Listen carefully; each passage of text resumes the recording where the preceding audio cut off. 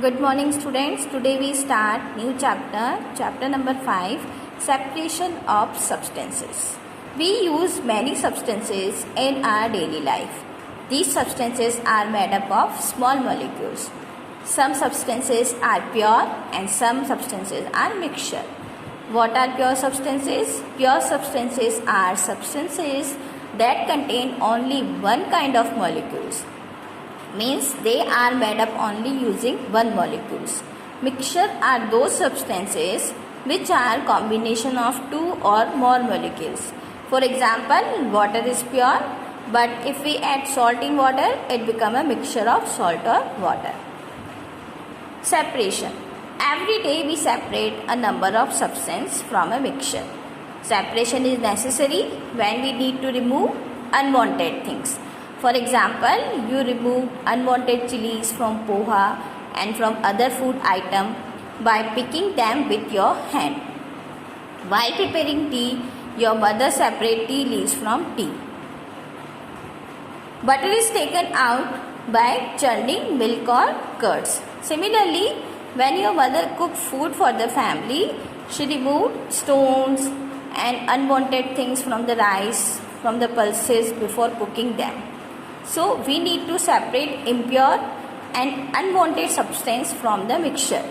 But why do we need to separate substance? We need to separate substance to get useful components, to remove non-useful components, and to remove harmful components. Next topic is method of separation. Method of separation. Different methods are used for separating different substances that are mixed together. So here we will discuss some simple method of separating substances that are mixed together. First is hand picking.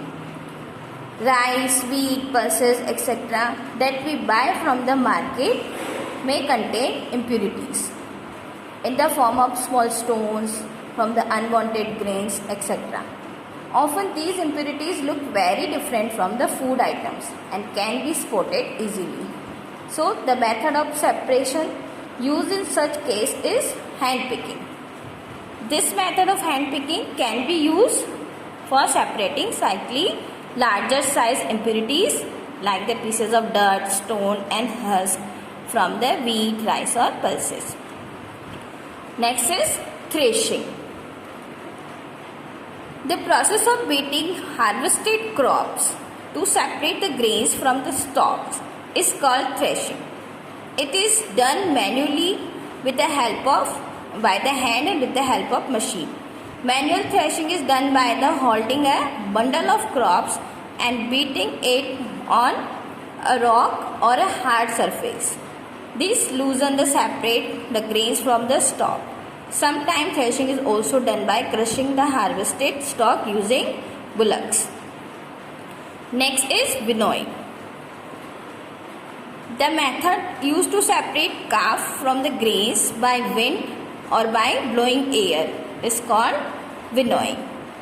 In this process, the mixture of chaff and grains taken in a winnowing basket. The person stand at a higher level and let the mixture fall to ground. The grains being heavier fall almost vertically, whereas the lighter chaff is carried away by the wind and form a separate heap away from the grains. So the separate chaff is used as a fodder for the cattle. The direction of wind plays an important role in the process of winnowing. Next method is sieving.